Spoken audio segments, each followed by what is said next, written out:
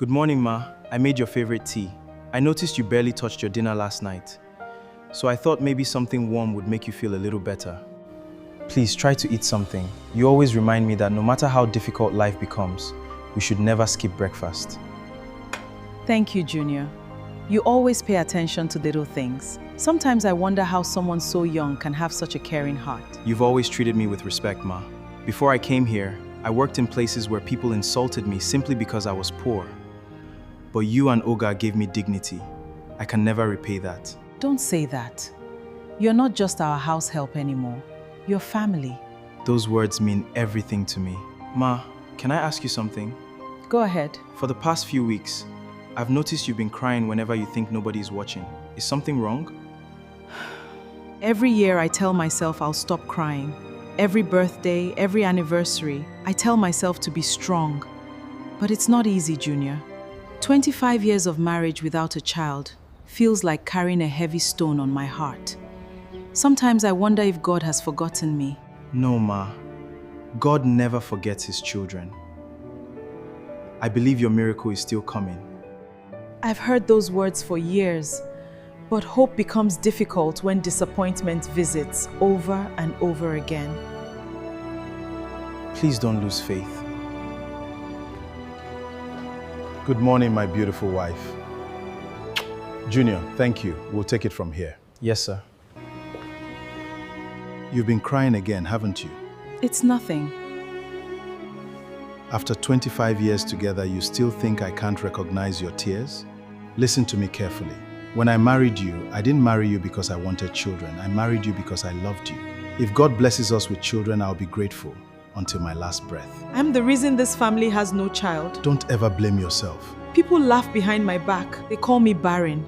Every wedding anniversary reminds me that I couldn't give you what every wife dreams of giving her husband. People will always talk. Let them talk. But don't you ever wish you had another woman? Never. Not once. If I had the chance to choose again, I would still choose you. Later that afternoon, Margaret secretly visited Dr. Stella at the hospital. After reviewing her medical reports, Dr. Stella smiled gently and said, "Margaret, your latest medical reports look much better than before." Margaret looked surprised and asked, "Really?" Dr. Stella nodded and explained, "Yes. Medicine has advanced a lot over the years. Although the chances are still small, there is hope." Margaret became emotional and whispered. Dr. Stella continued, "There is one final fertility treatment we can try." Margaret lowered her head and replied, "But my husband has already spent so much money over the years. I don't want to disappoint him again." Dr. Stella encouraged her, saying, "Then don't think about the money. Think about giving yourself one last chance." Margaret took a deep breath and admitted, "If this fails, I don't think my heart can survive another disappointment." Dr. Stella smiled reassuringly. Sometimes miracles come when people have almost given up. Margaret slowly closed her eyes, nodded, and said with renewed determination, "Let's do it." 2 months later, Margaret rushed excitedly into the Williams mansion holding a medical envelope. Her hands trembled with emotion as she called out, "Anthony." Anthony hurried downstairs, looking worried. "Margaret, what's wrong?" he asked. Unable to speak, Margaret simply handed him the pregnancy report. Anthony carefully read the paper once, then read it again. His eyes widened with disbelief. "Pregnant?" he whispered. Margaret nodded through tears and joy. "Yes. After 25 years. I'm finally pregnant." Anthony dropped the report, wrapped his arms tightly around her, and cried, "Thank you, God. Thank you. I never stopped believing this day would come." The couple stood together, overwhelmed with joy as they celebrated the miracle they had prayed for over 25 years. Watching quietly from across the hallway, Junior smiled warmly. "Congratulations, Ma. Congratulations, sir. God has finally answered your prayers," he said happily. The family embraced one another as joyful music filled the air, completely unaware that this long-awaited miracle would soon bring unexpected suspicion and heartbreak. For months later, The Williams mansion was filled with laughter and happiness.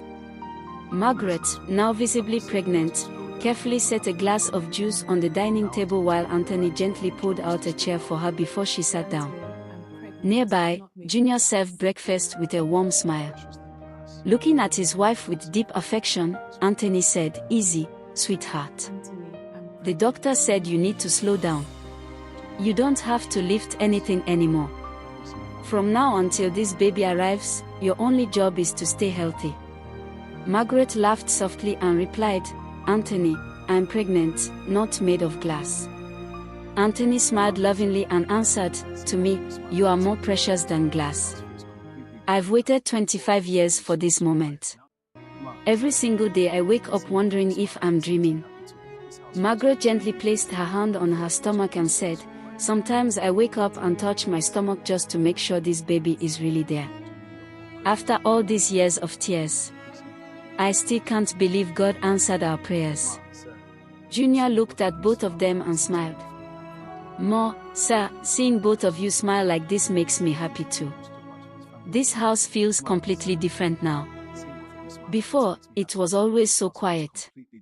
Now there's laughter every day." Anthony nodded gratefully and said, "Junior, you've stood by us through difficult years. You've seen every disappointment and every prayer. You're part of this family's journey." Junior respectfully replied, "Thank you, sir. I'm grateful for everything you've done for me." Margaret smiled warmly at him and said, "Junior, one day when this baby is old enough, we'll tell him, or her, about the young man who never stopped encouraging us when everyone else had lost hope." Junior smiled shyly and answered, "That would be an honor, Ma." Later that evening, Anthony gently placed his ear against Margaret's stomach and spoke lovingly to their unborn child. "Little one, can you hear Daddy? I've waited my whole life to meet you. I promise I'll protect you, teach you, and love you with all my heart." Margaret wiped away tears of joy and softly said, "You're going to be an amazing father." The And couple you will be embraced the as most Junior wonderful quietly mother. smiled from the doorway before leaving to give them privacy. The following week, Margaret and Anthony visited the hospital for a routine prenatal checkup. Sitting together in Dr. Stella's office, they listened carefully as the doctor reviewed the examination. Smiling reassuringly, Dr. Stella said, "Everything looks good. The baby is growing well, and both of you should continue following the care plan." Anthony smiled with relief. "That's wonderful news, Doctor." Dr. Stella continued, "There is just one routine recommendation. Sometimes, especially in pregnancies at a later age, we suggest prenatal genetic testing to check the baby's health. It can provide useful information, but it's entirely your choice." Margaret looked concerned and asked, "Will it hurt the baby?" Dr. Stella gently reassured her. "The options we use are considered safe. We'll explain everything before any test is done." Anthony immediately replied, "If it helps protect our child, let's do it." Margaret nodded in agreement and said, "Yes, let's do whatever is best for the baby." 2 weeks later, Anthony returned to the hospital alone after receiving a call from Dr. Stella asking him to discuss a laboratory report. As he sat across from her, he could immediately sense the seriousness on her face. Worried, Anthony asked, "Doctor, your message sounded serious. Is my wife okay? Is the baby okay?" Dr. Stella calmly answered, "The baby's health looks reassuring. However, there is something unusual in the laboratory paperwork. Before anyone reaches conclusions, I want to repeat the testing and verify every result." Anthony's face became tense. "What do you mean?" he asked. Dr. Stella replied carefully, "Sometimes laboratories make clerical or sample handling errors. It's uncommon, but it does happen. We need to investigate carefully." Growing even more anxious, Anthony pleaded, "Please, tell me exactly what's going on." The doctor gently shook her head. "Not until we've confirmed everything. I don't want inaccurate information to damage your family." Anthony quietly left the hospital carrying fear and uncertainty in his heart. That night at the Williams mansion, Margaret found Anthony sitting alone on the balcony, staring silently into the darkness. She walked over and gently asked, "Anthony, you've been sitting here for almost an hour. You haven't touched your dinner. What happened?" Anthony remained silent for a moment before finally speaking. "The doctor called me today." Margaret looked surprised. "Why didn't you tell me?" she asked. Anthony sighed deeply. "She said there was an issue with the laboratory paperwork, but she also said it might be an error." Margaret looked at him with concern. "Then why do you look so frightened?" Anthony lowered his head and admitted, "Because I don't know what to believe." Margaret gently held his hand and softly said, "Believe me. Believe in us. We've waited 25 years for this child. Don't let fear steal our joy before we even know the truth." Anthony took a deep breath before replying, "You're right. I'm sorry. I've just been scared of losing everything." Margaret smiled gently. "We are stronger than fear. No matter what happens, we'll face it together." The couple embraced, but even as Anthony held his wife close, the fear inside him had not completely disappeared. 3 days later, Junior was outside watering the flowers in the garden when Anthony slowly approached him. "Junior," Anthony called. Junior turned respectfully. "Good afternoon, sir." Anthony looked directly at him and asked, "You've worked for us for years. Have I ever treated you unfairly?" Junior immediately answered, "Never, sir. You've always treated me with kindness and respect." Anthony nodded before continuing. "Good. Then answer one question honestly." Junior looked confused but remained calm. "Of course, sir." "What is it?" Anthony looked into his eyes and quietly asked, "Has anything ever happened in this house that I don't know about?" Surprised by the question, Junior hesitated. "Sir, I'm not sure I understand." Anthony replied firmly, "I'm asking because I need honesty. Nothing more." Junior answered sincerely, "Sir, I respect you and more like my own parents. I've never done anything to betray your trust. If I've made any mistake in my work, please tell me and I'll correct it. But I would never intentionally bring shame to this family."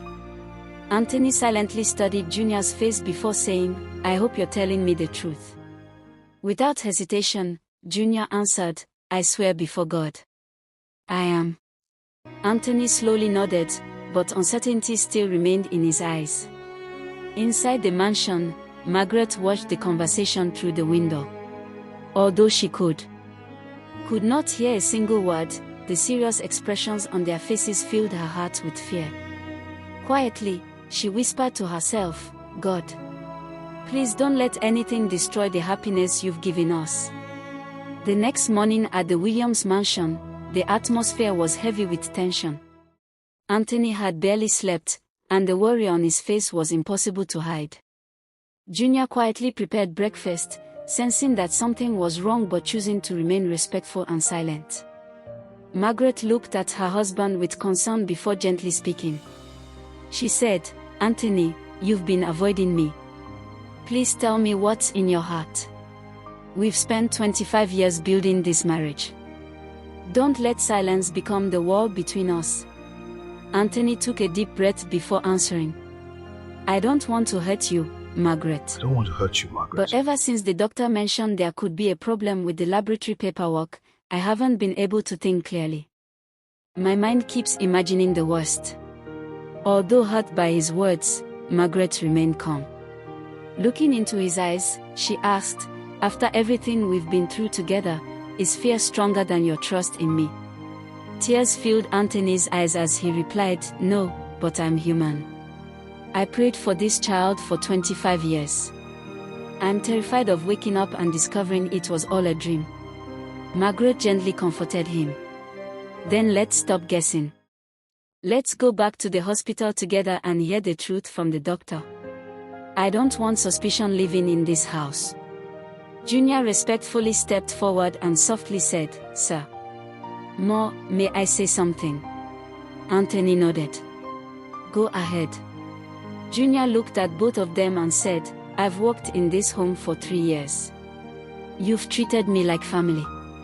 Whatever is happening, please don't let it destroy the love you've built." Sometimes fear speaks louder than truth. Anthony quietly nodded before saying, "You're right. Today, we end this uncertainty." Later that day, Anthony and Margaret arrived at the office. They sat side by side, holding hands as they waited anxiously. A few moments later, Dr. Stella entered the room carrying a folder. She smiled warmly and said, "Thank you both for coming. I know the last few days have been stressful." Anthony looked at her with anxious eyes and pleaded, "Doctor, please don't keep us waiting. Just tell us the truth." Dr. Stella opened the folder and calmly explained, "After reviewing everything, we found that the original laboratory paperwork was incorrect. 2 patients' files were accidentally switched during processing. We repeated the test with fresh samples and confirmed the results through an independent laboratory." Anthony leaned forward in disbelief. "What does that mean?" he asked. A warm smile spread across Dr. Stella's face as she replied, "It means your baby is healthy, and there is no reason to doubt your family. The earlier paperwork should never have been relied upon." Margaret immediately burst into tears of relief. "Thank you, God. Thank you," she cried.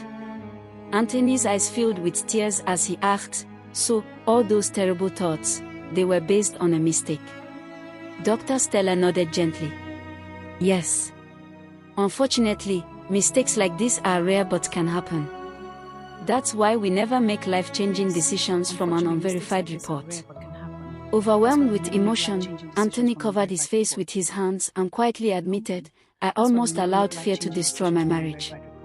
That evening, back at the Williams mansion, Anthony asked Junior to meet him in the living room. Junior respectfully approached and asked, "Sir, you wanted to see me?" Anthony walked toward him with sincerity in his eyes. "Yes," he said. "I owe you an apology. A sincere apology." Junior looked surprised as Anthony continued. "When I was afraid, I let my fear make me question people who never gave me a reason to doubt them. You remained respectful even when you didn't understand why I was acting differently. I'm sorry." Junior became emotional and gently replied, "Sir, you don't have to apologize. Anyone in your position would have been scared. What matters is that the truth has come out." Anthony placed a grateful hand on Junior's shoulder and said, "No.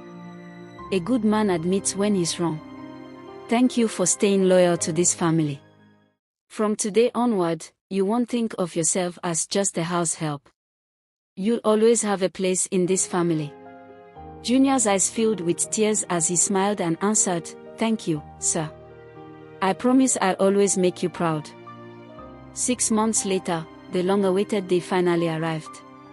Inside the hospital maternity ward, the joyful cry of a newborn baby filled the room. Anthony stood beside Margaret, holding a beautiful baby girl wrapped in a soft white blanket. The doctor smiled warmly and announced, "Congratulations. You have a healthy baby girl." Anthony could no longer hold back his tears. With overwhelming joy, he said, 25 years. 25 years of praying. And today God placed this beautiful child in our arms." He gently kissed Margaret on the forehead before continuing, "Thank you for never giving up. Thank you for believing even when I was weak. Please forgive me for allowing fear to cloud my judgment." Margaret smiled through tears and From lovingly today, replied, I promise "There I'll is never nothing let to doubt forgive. speak louder than trust." Love isn't proven when everything is Congratulations, perfect. Ma. Congratulations. Love sir. is proven She's when beautiful. people choose each other again after the storm." Anthony held her hand tightly and promised, "From today, I promise I never let doubt speak louder than trust." Just then, Junior entered the room carrying a bouquet of flowers. Smiling warmly, he said, "Congratulations, Ma. Congratulations, sir. She's beautiful." Congratulations, sir. She's Margaret smiled with happiness and invited him closer. "Come and meet your little sister."